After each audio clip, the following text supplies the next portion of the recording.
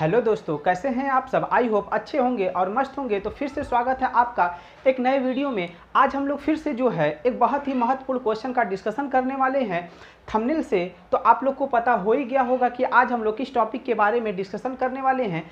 आज हम लोग जिस टॉपिक का डिस्कशन करने वाले हैं ये कह सकते हैं कि जो बड़ा ही इम्पोर्टेंट टॉपिक होने वाला है बोर्ड एग्जाम की दृष्टि से। ये जो टॉपिक है ये क्लास 12th केमिस्ट्री का एक अध्याय है, नाइट्रोजन युक्त कार्बनिक यौगिक, उससे संबंधित है। एमीन क्या होता है, ये जो क्वेश्चन है हर वर्ष जो है बोर्ड एग्जाम में जो है 3 नंबर या 5 नंबर में पूछ लिया जाता है कि एमीन क्या होता है, एमीन का वर्गीकरण बताइए, एमीन को बनाने की विधि क्या होती है। तो आज हम लोग जो है इस वीडियो में केवल जो है एमीन की परिभाषा और उसका जो है वर्गीकरण हम लोग जानेंगे। तो आइए हम लोग बिना देर किए हुए जो है अपने टॉपिक के पास चलते हैं कि एमीन क्या होता है। तो एमीन के पास चलने से पहले हम लोग उसकी कुछ बेसिक बातें जान लेते हैं कि एमीन आखिर होता क्या है। तो हम लोग जानते हैं कि जो एमीन होता है ये अमोनिया के क्या होते हैं, व्युत्पन्न होते हैं। मतलब कि एमीन को जो है अमोनिया के द्वारा ही क्या किया जाता है, बनाया जाता है।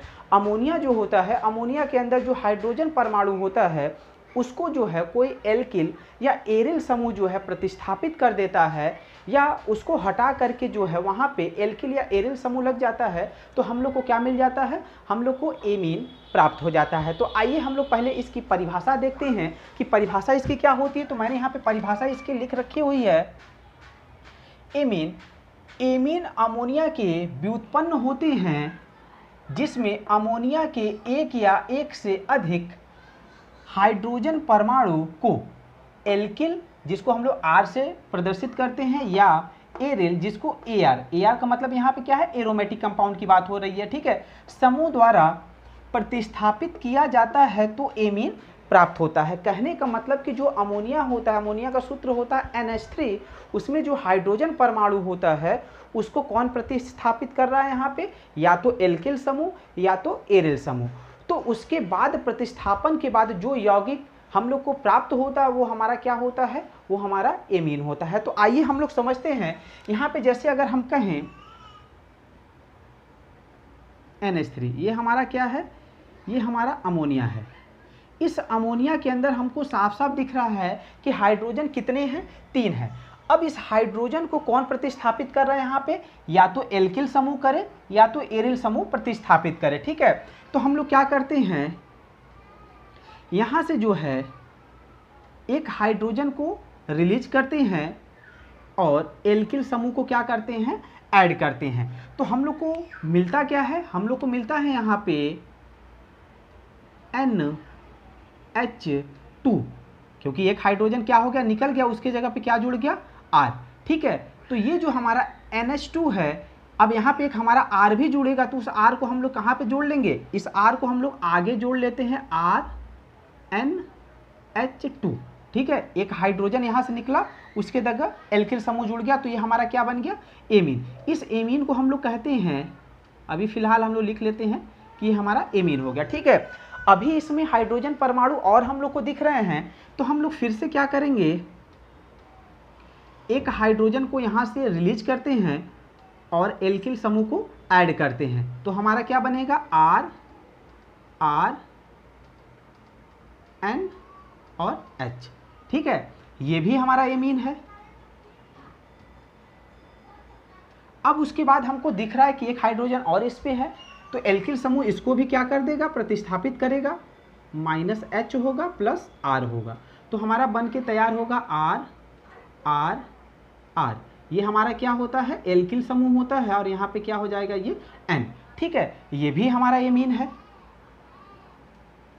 ठीक है। तो यहाँ पे अमोनिया के हाइड्रोजन को कौन प्रतिस्थापित कर रहा है, ये हमारा एल्किल समूह, ठीक है, और एक उत्पाद बना रहा है जिसको हम लोग क्या कहते हैं, एमीन कहते हैं। बस अंतर क्या है तीनों एमीन में, समझिएगा कि यहाँ पे एक हाइड्रोजन को अगर एक एल्किल समूह प्रतिस्थापित करता है तो जो उत्पाद हम लोग को मिलता है ये हम लोग का क्या होता है, ये हमारा जो होता है प्राथमिक एमीन होता है। अगर 2 एल्किल समूह 2 हाइड्रोजन को प्रतिस्थापित करता है तो उसको हम लोग क्या कहते हैं, द्वितीयक एमीन या 2 डिग्री एमीन। और अगर 3 हाइड्रोजन को 3 एल्किल समूह अगर प्रतिस्थापित करते हैं तो उसको हम लोग क्या कहते हैं, 3 डिग्री एमीन, या इसको हम लोग क्या कहते हैं, तृतीयक एमीन। ठीक है, इसको हम लोग क्या बोलते हैं, द्वितीयक एमीन, और इसको हम लोग बोलते हैं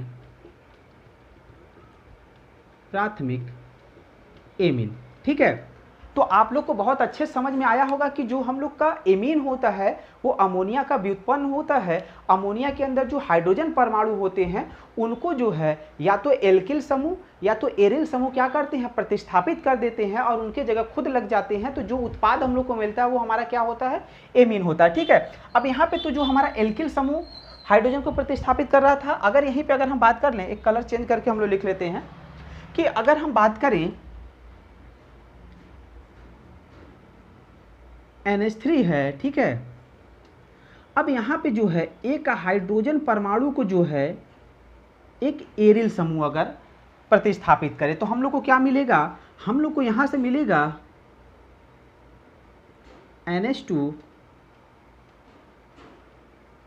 और ये हम लोग का कंपाउंड क्या होता है, ये हम लोग का एरोमेटिक कंपाउंड है। ठीक है, तो यहाँ से जो हाइड्रोजन जो है निकल करके जो है उसके पे लग गया एमीन समूह, तो ये हम लोग का क्या होता है, एनिलीन। ठीक है, एनिलीन। यहाँ पे जो एरिल मैंने लिखा हुआ है, एरिल का मतलब होता है एरोमेटिक यौगिक। ठीक है, एरोमेटिक यौगिक, जैसे अगर हम कह लें C6H6, ये हमारे क्या होंगे, एरोमेटिक यौगिक, जिसको हम लोग बेंजीन करेंगे या कह सकते हैं जो वलय वाले होते हैं। तो ये हम लोग का एमीन था। अब हम लोग जो है एमीन का जो है वर्गीकरण करते हैं। ठीक है, तो यहाँ पे हम लोग वर्गीकरण करेंगे, हेडिंग हम लोग यहीं पे करेंगे एमीन का वर्गीकरण। ठीक है, तो एमीन का वर्गीकरण जो है हम लोग एल्किल समूह के प्रतिस्थापन के आधार पे अगर बात करें, ठीक है, तो हम लोग यहाँ पे लिखेंगे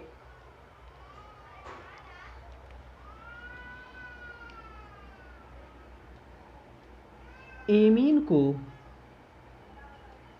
मुख्यतः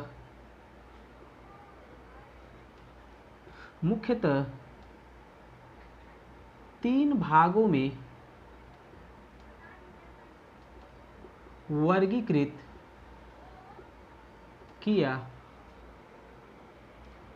जाता है। ठीक है, 3 भागों में जो है एमीन को बांटा गया है। कौन कौन से हैं, तीनों का हम लोग नाम लिख लेते हैं। एक हम लोग का होता है प्राथमिक एमीन, जिसको हम लोग 1 डिग्री एमीन भी बोलते हैं। एक हम लोग का होता है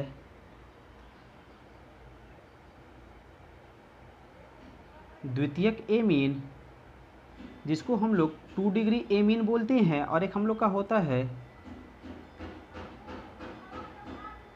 तृतीयक एमीन, जिसको 3 डिग्री एमीन बोलते हैं। ठीक है, अब यहाँ पे हम लोग को समझना है कि प्राथमिक एमीन क्या होता है, द्वितीयक एमीन क्या होता है और तृतीयक एमीन क्या होता है। तो सिंपल से इसकी परिभाषा हम लोग की बनेगी। यहाँ पे जैसे मैंने बताया, अमोनिया जो है इसके अंदर एक हाइड्रोजन को एक एल्किल समूह अगर प्रतिस्थापित करता है तो हम लोग को क्या मिलता है, RNH2।